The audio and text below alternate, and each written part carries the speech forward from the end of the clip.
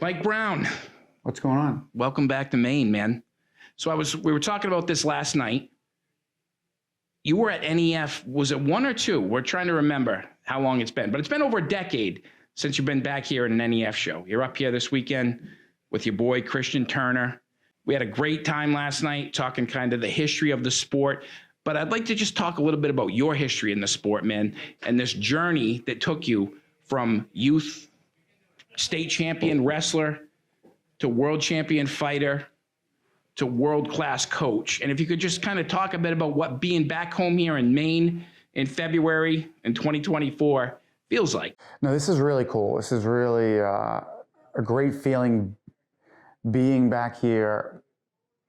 MMA is growing, exploding across the country and the world. And now it's like becoming, like a consistent thing here right in Maine, which is really cool, which I never thought might happen. And I think it was the first. I believe you had, a big promotional push for that first show.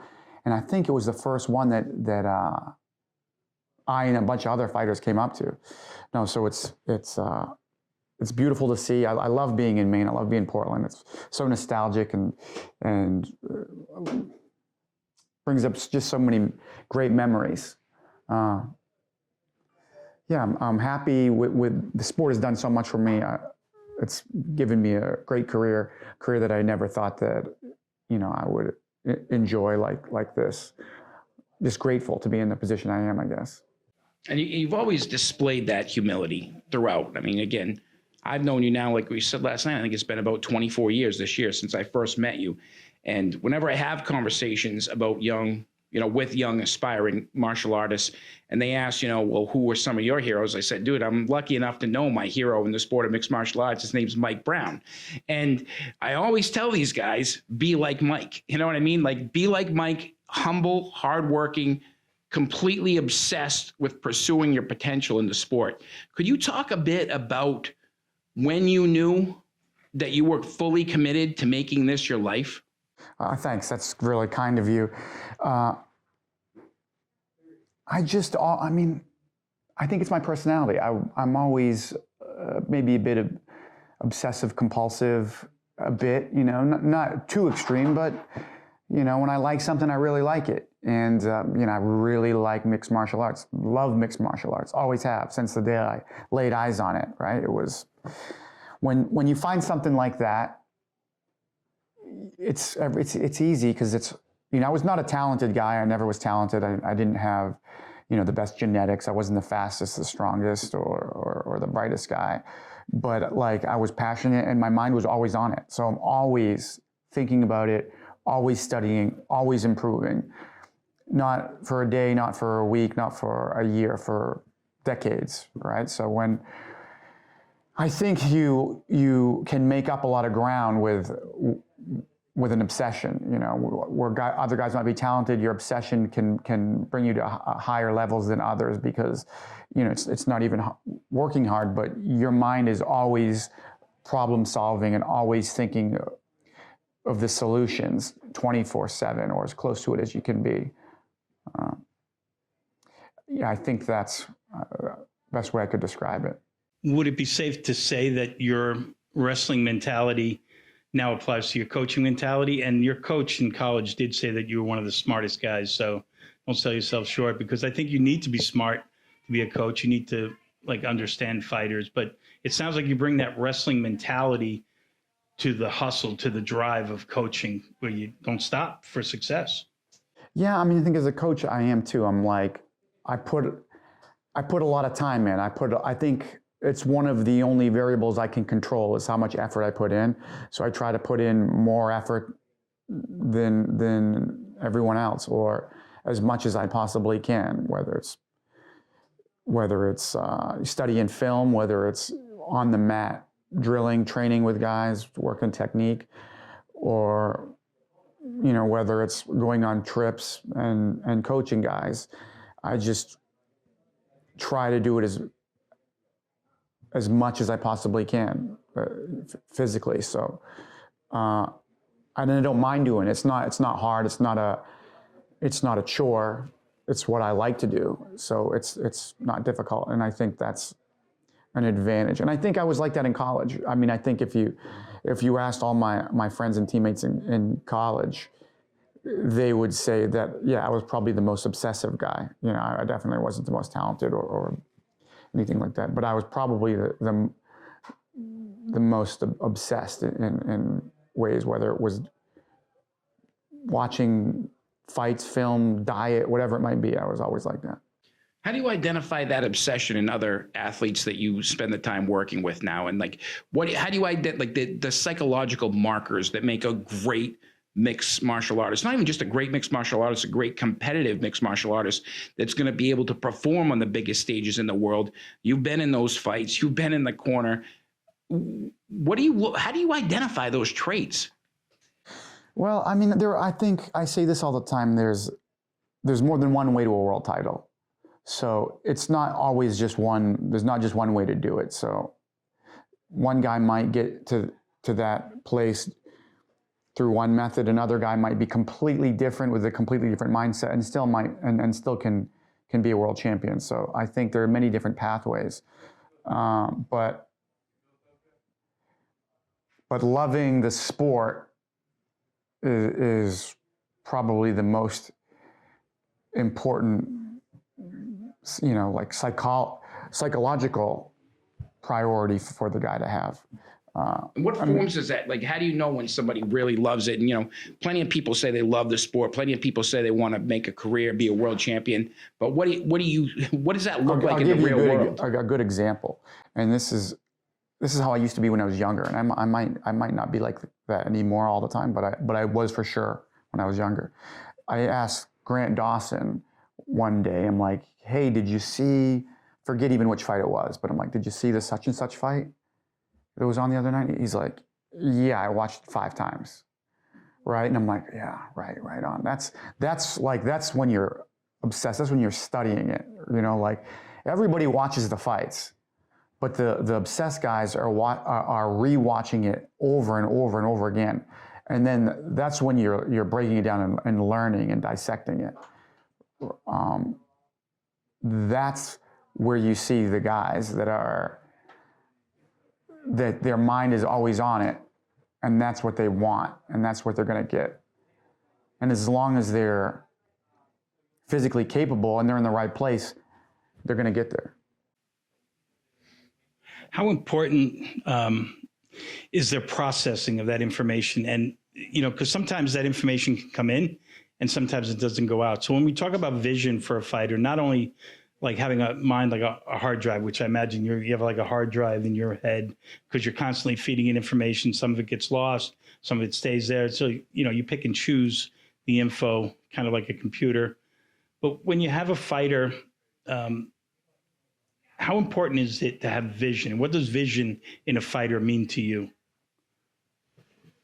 You mean like goals? No, more like when they execute in the cage, like when they see something and reactionary time. Oh, okay. And that kind of thing. Because you can have all the information and love the sport and have the fight, but if you can't process and you can't perform, you don't go anywhere. So what does vision for a fighter mean to you? So there's many different, I think, genetic advantages some guys have over others. Some might be faster, some might be stronger, some might have better endurance. Some may just have a better ability to like see things coming at them, whether that means it's reaction time or it's just the ability to stay relaxed enough so they're putting themselves in best position to react. I'm not certain, you know, how it's working, but there are definitely some people that are just born better at that than others, that they have the ability to see things coming at them and avoiding damage or slipping punches, whatever it might be. And people, they say it's vision, but I don't think it has anything to do with, you know, do I have 20/20 vision or whatever, anything like that. I think it's just more about having the ability to relax, see something coming at you, and then making the miss. It's a pretty important attribute, and there's some guys that are like masters at it. I think when I think of a guy like that, I think of like a Jorge Masvidal, who especially in his prime was just so difficult to hit, like just natural ability, almost like instinct to slip and move and roll with punches. Like definitely one of his best attributes. And I asked him before about that, like, have you always been like that? And he said he thinks it's just genetic. He was kind of always like that. So I think there's something to that. We really appreciate the time. Just a couple more quick questions if we could. So you and I have been talking a lot recently. I've admitted my own kind of bias about historically how heavy I've been on wrestlers being dominant in the sport. And you've really opened my eyes to how the evolution of the sport has given guys time to adapt to the cage and neutralize a lot of wrestling with using the cage to stop the takedown, and just how that translates in terms of the fight itself with guys really digging and expending energy and so forth. What is the next evolution of the sport as you see it? Like, what is the next change up in technique that we're going to see that changes the whole game, where guys that don't have to be D1 All-Americans anymore can go in there and be world champions? Yeah, I mean, I think we're already seeing it. I think that, I mean, wrestling is still, I think, the greatest base you could have, and so important, you know, maybe one of the most important aspects of fighting. But I mean, everyone's always working on it. It is getting a lot more difficult to take guys down and hold them down. People are learning very quickly, how to neutralize that and how to get back to their feet efficiently. And I think the offensive takedown is the most tiring, and it costs the most energy, the thing you can probably do in a fight. Like shooting a double leg, using all that arm strength or whatever it might be, leg strength, to get the guy down is very difficult. And then if they just pop back up, it takes a toll on the gas tank. So that's definitely a trend. I don't know where it's going. It's hard to predict all the time, but sometimes it goes full circle. But as of right now, you're seeing it's becoming more and more difficult to hold guys down for sure. Yeah. I'll wrap it up. Yeah, for sure. We got to ask you too, real quick. Just a little over 2 months to UFC 300, huge card. You've got two big fights on it. You got your guy Bo Nickel. You've got Kayla Harrison. Got to ask you how you think that weight cut, of course it's a hot topic right now in the sport, is going to go for Kayla, getting down to 135. You've worked with her a long time. You've worked with a lot of people on their weight cutting for a lot of years. How do you see that going? I don't think it's going to be a major problem for her. I mean, I think it's going to be a cut. It's going to be a real cut.